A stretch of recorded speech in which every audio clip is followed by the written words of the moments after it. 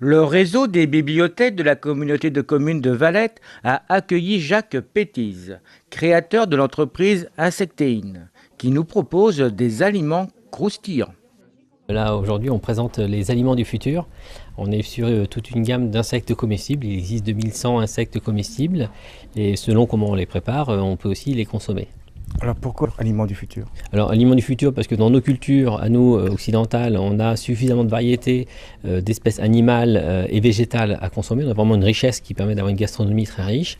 Maintenant, on voit arriver aussi depuis longtemps des sushis qui n'étaient pas dans nos cultures. On voit arriver du soja qui n'était pas forcément dans nos cultures, du quinoa. Et chaque aliment apporte ses vertus nutritionnelles, ses principes alimentaires. Et les insectes en ont aussi à nous proposer. Donc c'est là aujourd'hui, il faut tirer parti de ces nutriments pour pouvoir répondre à une problématique alimentaire d'ici quelques années. Que peuvent nous apporter ces insectes justement? Alors ces insectes-là, alors moi je travaille sur l'insecte d'élevage, donc je vais préconiser plutôt l'insecte d'élevage que l'insecte de cueillette, pour avoir un insecte sans herbicides, sans pesticides, de préférence nourri sans OGM, sans métaux lourds, parce qu'on peut tracer aussi ça quand on est sur de l'élevage, et ils vont nous apporter tous les nutriments. En fonction des insectes, on va avoir, si on prend par exemple le ver à soie, le petit ver qui faisait du tissage de soie, on va avoir un taux de protéines qui va monter à presque à 70%. Et le reste, ça va être des oméga 3, 6, 9, donc des bonnes graisses, des bonnes huiles. Si on est sur un petit verre de farine bio comme on a dans les farines bio chez nous, on va osciller entre 45 et 55% de protéines, et là le reste par contre c'est des oméga. Donc on est bien sur des calories, puisque les lipides c'est quand même assez calorique. Maintenant on va avoir des vitamines, des minéraux qui viennent en complément à l'intérieur. Et c'est ça qui est intéressant dans l'insecte, c'est qu'on n'a pas de cholestérol, quasiment pas de glucides, et pas d'acides gras saturés. Donc en termes d'apport protéique et de nutriments et d'apport calorique, ça devient intéressant.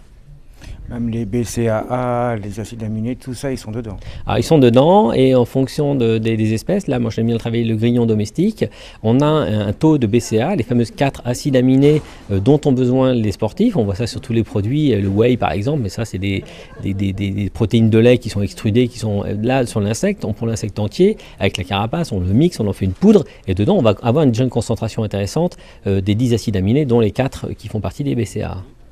Et donc ça peut être un attrait pour tout le monde, toutes sortes de populations. Alors, a priori oui, si on y discute avec les nutritionnistes et des responsables de l'alimentation en général, ils vont nous dire oui, ça a un vrai intérêt pour les sportifs d'avoir des protéines naturelles, ça va leur éviter d'avoir des complications suite à un effort physique, hein. Tout l'enjeu c'est de la récupération après l'effort, les BCAA sont aussi là pour ça. Ça va être bien aussi, logiquement, parce que c'est ce qu'on voit dans les pays exotiques, en Afrique en particulier, mais aussi en Asie, qu'on va donner des insectes aux femmes enceintes et on va donner des insectes aux jeunes enfants pour accélérer leur croissance et faire en sorte que la maman se porte bien, alors que nous on a plus un principe de précaution quand on est sur des consommateurs qui n'ont pas l'habitude de manger des insectes. Ça va avoir un intérêt aussi sur certains types de végétariens qui sont assez flexibles, qui ne sont pas végétariens par conviction du bien-être animal, mais plus par conviction on mange trop de viande, et donc qui vont chercher dans les insectes un complément nutritionnel qui ne trouvent pas forcément les fameux 10 acides aminés. On va les avoir dans certains végétaux, certains légumineuses, certaines céréales, mais il faut bien être un expert de l'alimentation pour pas avoir de carence.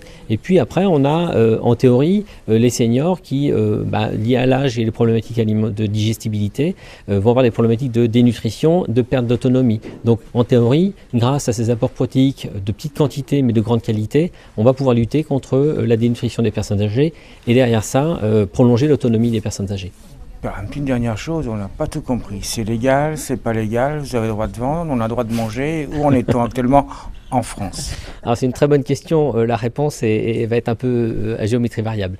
En Europe, effectivement, le code alimentaire, il dépend d'une règle européenne. Donc c'est pas la France qui a fait sa loi, c'est bien l'Europe qui a voté une loi. Derrière ça, les insectes n'avaient pas été prévus dans la précédente loi alimentaire de 1997. Donc aujourd'hui, on ne sait pas trop dire s'ils doivent être autorisés ou pas. Un insecte entier, c'est comme si on avait oublié de mettre le mouton dans le codec, hein, c'est à peu près ça. Sauf que c'est pas forcément si simple, c'est soumis à une AMM, une demande d'autorisation de mise sur le marché, un peu le même principe que les médicaments, en un peu plus simple pour les aliments. Donc on est sur ce flou là aujourd'hui sur la réglementation de 97, et par principe de précaution, les services de l'État ont décidé qu'il valait mieux interdire la consommation d'insectes en France en attendant d'avoir des autorisations européennes. Moi je fais partie des acteurs qui ont déposé les premières demandes d'autorisation de mise sur le marché. C'est des processus assez longs, hein, c'est des processus européens, donc on n'est On n'aura pas les réponses tout de suite, mais en tout cas, les demandes sont en cours.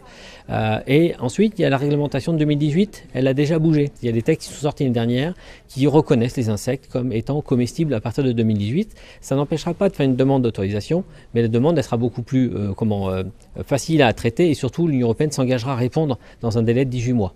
Voilà. Donc ça va être une approche un peu différente. Donc là, on est un peu entre deux. C'est pas simple. La consommation, même à titre gratuit en France, n'est pas autorisée. Et donc forcément, la commercialisation, en théorie, n'est pas autorisée non plus. Donc les choses sont en train de bouger. Les choses avancent, pas assez vite, à mon sens. Mais en tout cas, c'est comme ça que ça fonctionne aujourd'hui. Nous avons bien compris, les insectes sont des aliments riches, très bénéfiques pour notre santé, mais vous n'avez ni le droit de les vendre, ni même de les consommer en France.